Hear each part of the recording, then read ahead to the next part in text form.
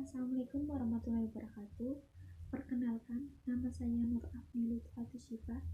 Di sini saya akan mempresentasikan hasil diskusi kerja kelompok kami yang berjudul Teknologi Informasi dan Komunikasi. Pengertian dari teknologi informasi dan komunikasi yaitu informasi adalah sekumpulan data yang saling terkait dan diperoleh secara kompleks. Jadi informasi itu dihasilkan dari sekumpulan data.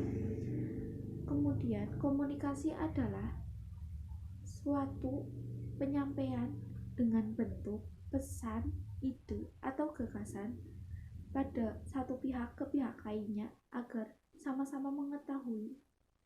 Dari komunikasi itu ada dua jenis. Yang pertama verbal dan yang kedua non-verbal. Yang verbal adalah komunikasi yang menggunakan kata-kata seperti lisan maupun tulisan. Komunikasi non-verbal yaitu pengganti dari komunikasi verbal. Jadi bisa dengan pergerakan badan seperti tersenyum, menggelengkan kepala, dan mengangkat dahi. Assalamualaikum warahmatullahi wabarakatuh. Perkenalkan, nama saya Nur Afni Lutfati Syifa. Di sini saya akan mempresentasikan hasil diskusi kerja kelompok kami yang berjudul Teknologi Informasi dan Komunikasi. Pengertian dari teknologi informasi dan komunikasi yaitu informasi adalah sekumpulan data yang saling terkait dan diperoleh secara kompleks. Jadi informasi itu dihasilkan dari sekumpulan data. Kemudian komunikasi adalah suatu penyampaian dengan bentuk pesan, ide, atau gagasan pada satu pihak ke pihak lainnya agar sama-sama mengetahui. Dari komunikasi itu ada dua jenis. Yang pertama verbal dan yang kedua non-verbal. Yang verbal adalah komunikasi yang menggunakan kata-kata seperti lisan maupun tulisan. Komunikasi non-verbal yaitu pengganti dari komunikasi verbal. Jadi bisa dengan pergerakan badan seperti tersenyum, menggelengkan kepala, dan mengangkat dahi. Sejarah teknologi informasi. Pada awalnya, istilah teknologi informasi biasa disebut dengan teknologi komputer atau pengolahan data elektronis.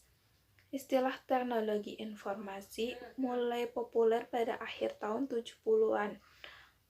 Pada awal sejarah itu juga, manusia bertukar informasi melalui bahasa. Selain itu juga, jangkauan suara terbatas. Teknologi penyampaian informasi berkembang melalui gambar.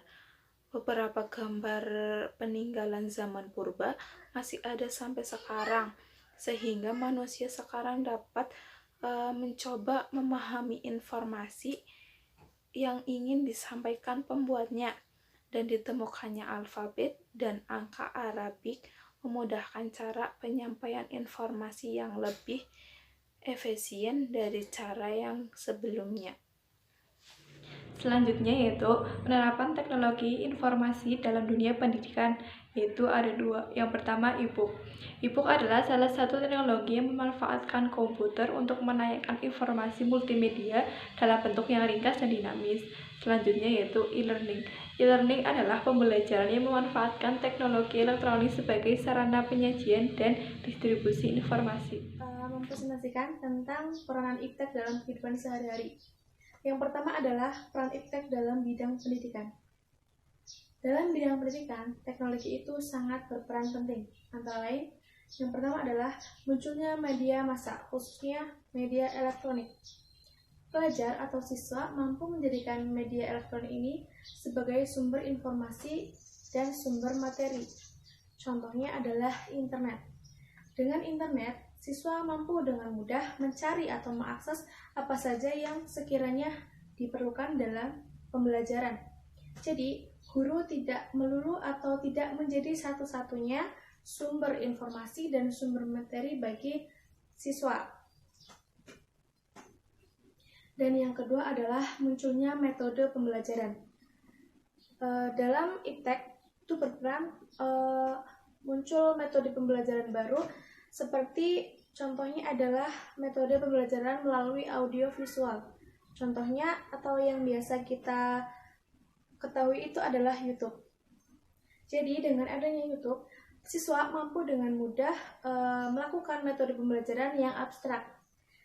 Lalu ada peran lain dalam bidang pendidikan, yaitu sebagai alat fasilitas pembelajaran, sebagai skill dan kompetensi, juga sebagai sarana kemudahan belajar lainnya. Yang kedua adalah peran iptek dalam bidang ekonomi atau dalam bidang bisnis. Dalam bidang ekonomi, contohnya adalah misalnya seorang pengusaha besar atau pengusaha menengah itu dapat menggunakan iptek sebagai media atau alat pemasaran atau mempromosikan produknya, sehingga penjualannya pun jaringannya semakin luas. Dan yang kedua adalah pedagang itu mampu melakukan jual beli via online, sehingga mempermudah customer dalam melakukan jual beli. Selain itu, dalam bidang bisnis lainnya, yaitu dalam bidang perbankan. Dengan adanya aplikasi-aplikasi penunjang seperti e-banking, itu juga memudahkan masyarakat dalam bertransaksi dan yang lebih mudah dan lebih efektif. Terima kasih, sekian dari saya. Mohon maaf apabila banyak kesalahan.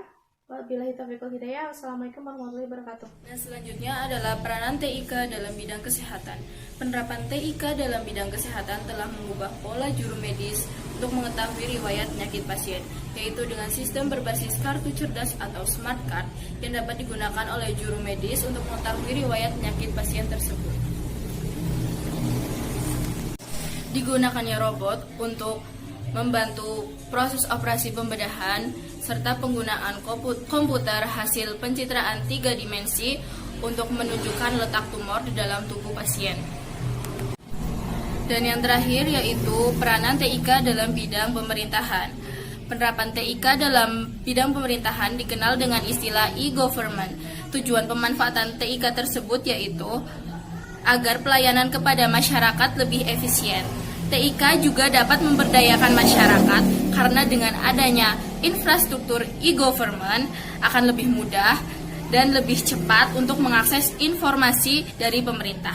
Selain itu, TIK juga dapat mendukung pengelolaan pemerintahan yang lebih efisien dan bisa meningkatkan komunikasi antara pemerintah dengan sektor usaha dan industri.